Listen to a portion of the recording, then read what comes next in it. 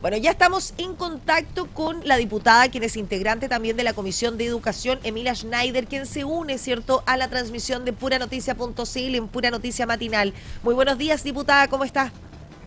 Hola, muy bien querido, un gusto conversar contigo y con quienes nos ven del trabajo, de la casa, en los trayectos, Y donde quienes sea. nos escuchan también, recuerde que nosotros tenemos Eso, diales de radio en toda nuestra región de Valparaíso.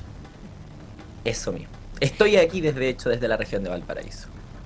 Un día nublado, así que bastante helado va a estar esta jornada. Dicen que despeja, ver para creer, Aló. dice el dicho. Diputada, lo que nos convoca esta mañana es que el Congreso justamente despachó a ley el proyecto Escuelas Protegidas, ¿cierto? Una iniciativa que busca fortalecer la seguridad justamente al interior de los establecimientos educacionales, pero que también ha generado ciertos cuestionamientos, ¿cierto? Desde parte del oficialismo. Y usted, incluso también, por supuesto, que la imposición, usted presentó una reserva de constitucionalidad. Queremos profundizar justamente en estos reparos, diputada. Efectivamente, aquí hay varios problemas en la tramitación y en el fondo del proyecto de ley de escuelas protegidas. Lo primero que quiero decir es que estas fórmulas de más sanciones, de la propuesta más rimbombante y más gravosa, ya las hemos explorado en Chile sin ningún resultado. Yo le pregunto a los apoderados y apoderadas que nos escuchan, que nos ven, si desde que se aprobó Aula Segura sienten que las escuelas están mejor. Yo como apoderada, yo soy apoderada, creo que no. Creo que en el gobierno de Sebastián Piñera se anunció con bombos y platillos Aula Segura como la solución definitiva a la violencia y no funcionó. Y ahora están haciendo lo mismo. Buenos titulares, pero malas políticas públicas.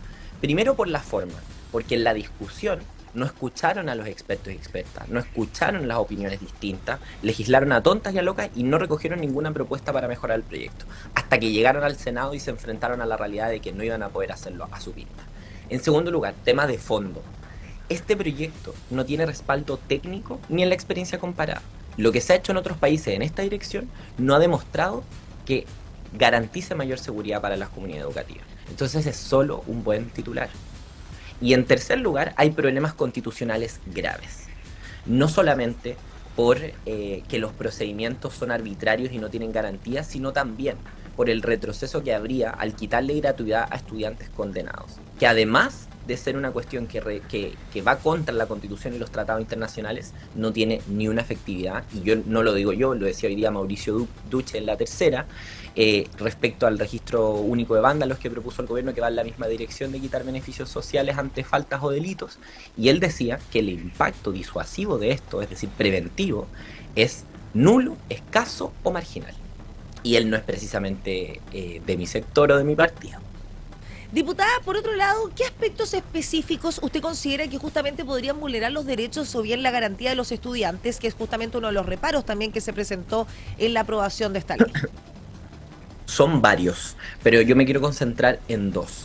Particularmente, primero, en cómo se vulnera la igualdad ante la ley, la garantía del debido proceso, la protección de la vida privada y la libertad personal en los controles que se buscan hacer a los niños, niñas y jóvenes. Porque básicamente este proyecto extiende una especie de control preventivo de identidad a las y los estudiantes en establecimientos educacionales, pero sin las garantías que el control preventivo de identidad tiene, que ya son pocas, que ya podríamos decir que es medio arbitrario, pero acá ni siquiera se recogieron esas cosas. Cosas que nosotros propusimos, como, por ejemplo, fijar un límite personal o un límite temporal para la retención del niño. Es decir, yo no puedo tener un niño en un control indefinidamente. Esto tiene que tener un límite. Eso se rechazó.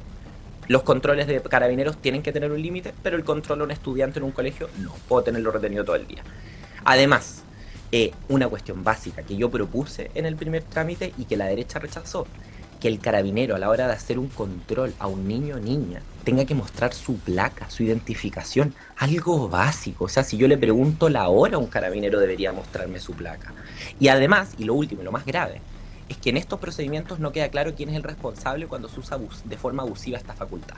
Entonces un apoderado que ve que su hijo fue vulnerado en uno de estos controles, no tiene a quién acudir, no tiene a dónde buscar un responsable. Se va a tener que comer eso solo, y eso a mí no me parece. Y en último término, o sea, en segundo término, está el tema de la restricción de la gratuidad a condenados, que puede sonar bien para mucha gente, pero lo cierto es que no tiene ni un impacto Pero es en por la 5 años, reducción diputada, de tengo delitos o entendido. faltas. ¿O me equivoco? Efectivamente, pero eso no estaba en la formulación original del gobierno. Eso se incluyó en el Senado, porque el Senado mejoró efectivamente algunas de las dimensiones de este proyecto. No todas, a mí no me parece suficiente, pero le puso un límite, por ejemplo, de 5 años. Pero esto igualmente va en contra de tratados internacionales suscritos por Chile de la no regresión en derechos sociales, y también creo que tiene otro problema, que tiene que ver ya con el debido proceso y con que solo se sanciona una vez a una persona por una conducta. Aquí habría una doble sanción, pero una doble sanción a los más pobres, porque si un estudiante de Las Condes destruye una pizarra en su colegio, gravísimo, eso no tiene que ocurrir, tiene que ser castigado, pero él va a ser castigado una vez, quizás con una suspensión, pero sus papás le van a poder pagar los estudios, entonces él no va a quedarse sin ir a la universidad por esa falta. En cambio, un niño pobre, de la legua, que destruye la misma pizarra, lo que le va a pasar es que lo van a suspender y además puede perder su gratuidad, y además se va a quedar sin estudiar, porque sus papás no le pueden pagar la universidad o el centro de educación superior que elija. Entonces aquí tenemos un problema, porque se pone mano dura a los más pobres, porque los más ricos no se ven afectados por esta pérdida de derechos. Algunos ni siquiera tienen gratuidad. Entonces, creo que aquí hay un problema de enfoque, porque Y la justamente, sanción no está diputada, siendo hay que igual para enfocarse todos. en la reinserción también social, que justamente al limitar la gratuidad afectamos esto también. Conversamos a esta hora de la mañana con la diputada del Frente Amplio, quien es integrante también de la Comisión de Educación. Hablamos con Emilia Schneider. Diputada, otro de los puntos que ha sido bastante debatido fue justamente la revisión de las mochilas. Esto ha sido ampliamente cuestionado. Quiero saber desde su mirada, ¿cierto?, ¿dónde ve el principal riesgo que tiene esta medida? La de revisión de mochilas, sí. Efectivamente, primero en que pongámonos en el caso práctico. Ahí, en la formulación original del gobierno del proyecto, era cualquier persona, no era un personal capacitado ni habilitado para ello. Nosotros propusimos eso, lo rechazaron, y la derecha presentó una indicación igual y la aprobaron, con ese nivel de infantilismo, o sea, porque viene de un lado no se aprueba una propuesta, pero finalmente quedó que el personal sea capacitado y habilitado para estos efectos. Pero no queda claro quién capacita, cómo se capacita. Entonces, la realidad, finalmente, quien va a terminar revisando mochilas es el tío de la entrada del colegio que saluda a los apoderados, saluda a los niños, o un profesor. ¿Y qué va a pasar ahí? Imagínate, un profesor encuentra una pistola en una mochila. ¿Qué va a hacer? ¿Va a arriesgar su vida sin capacitación, sin formación para reducir a alguien, para quitar una pistola, va a arriesgar su vida? Y le vamos a pedir que arriesgue su vida sin ninguna capacitación, sin ninguna asignación adicional, sin nada. Entonces este proyecto le tira toda la responsabilidad a los establecimientos educacionales. Además, no hay límites claros respecto a la revisión de mochila. Por meros indicios, por mera tincada, alguien le puede decidir revisar la mochila a un niño o niña. Entonces eso también puede dar pie a arbitrariedades, que a cierto tipo de niños, de cierta clase social, de cierto tono de piel, los revisen más que a otros. Y eso es lo que a mí no me parece. Entonces, nosotros lo que le dijimos al gobierno fue: yo no estoy de acuerdo con estos procedimientos intrusivos porque no resuelven el problema, pero hagámoslo bien. Y presentamos más de 70 propuestas para hacernos cargo de que estos controles intrusivos fueran como corresponde, con límites claros, con responsabilidades claras, y el gobierno y la ministra Arzola nos pegaron un portazo. En el Senado se vieron obligados porque los senadores son huesos duros de roer, pero aún así, en la Cámara, el oficialismo intentó retroceder en los avances que habían habido en el Senado. Entonces, no hay disposición alguna a llegar a acuerdo. Y aquí quiero terminar con una reflexión, que es que para las escuelas no podemos estar cambiando políticas cada 4 años. Eso es mucha incertidumbre. Acá tenemos que llegar a acuerdos duraderos, políticas duraderas, porque si no, las escuelas están sometidas a un vaivén político que realmente no les ayuda a solucionar sus problemas. Tienen que ser políticas de Estado, ¿cierto, diputada? Que vayan en bien de todos los chilenos y que sean progresivas y que puedan ser medidas que se sostengan en el tiempo. Y por otro lado, usted, diputada, tenía mucha razón en lo que dice, que nuevamente se ponen lamentablemente a los profesores en la primera línea, en una labor que no debiesen tener, a los profesores, a los inspectores, directoras, que claramente usted decía no están capacitados para poder llevar estas tareas a cabo. Pero por otro lado, también existe hoy un problema real de violencia, ¿o no, diputada? ¿Usted comparte esta visión que hay un problema real de violencia escolar que realmente requiere nuevas herramientas para comunidades educativas justamente en este año 2026? Son otras épocas ya, quizás. Sí, efectivamente. Primero quiero rescatar algo que tú decías anteriormente, que creo que tienes mucha razón, que cuando se quitan beneficios sociales se quita la posibilidad de reinserción. Entonces un cabro que cometió un delito a los 16 o una falta grave, después no puede entrar a la universidad y está más cerca de la delincuencia, está más cerca del crimen organizado. Entonces Hay que cortar ese ciclo, no profundizarlo, y creo que las medidas del gobierno lo profundizan. Ahora, respecto a tu pregunta, por cierto, tenemos un problema y una crisis de violencia y discriminación en las escuelas gravísima, y hay que enfrentarlo. Y en eso nosotros tuvimos propuestas. Por ejemplo, en el gobierno del presidente Boric sacamos la ley de convivencia educativa, que incluía sanciones, pero también fortalecimiento a las políticas de convivencia, los equipos de convivencia, prevención, mejor coordinación institucional. Ahí había, efectivamente, una mirada más integral, pese a que el proyecto es muy perfectible. Pero creo que lo central para abordar la violencia en los establecimientos educacionales es distinguirla. El gobierno y la derecha lo meten todo en el mismo saco. Todos son violentistas, anarquistas o veroles blancos. Pero vámonos al caso de Calama, que motivó toda esta discusión este año, que fue un caso que nos remeció, que nos dolió mucho como país. Ahí no había overoles blancos. Probablemente ahí había un niño con un problema de salud mental. Y probablemente tuvimos un problema de control de armas ahí también, porque que ese niño haya llegado a tener un arma, ese es otro problema. Entonces, hay que distinguir la violencia que tiene que ver con problemáticas de salud mental, aquella violencia que puede tener móviles políticos, qué sé yo, verde blanco, lo que quieran, el bullying entre compañeros, un apoderado que agrega a un profesor, son violencias distintas que tenemos que abordar. Y si las metemos todas al mismo saco, no las vamos a resolver y solamente vamos a sacar un buen titular, pero no una buena política pública. Entonces, ahí hay que abordar de forma distinta. Y nosotros hemos levantado dos propuestas como Frente Amplio que nos parecen muy relevantes.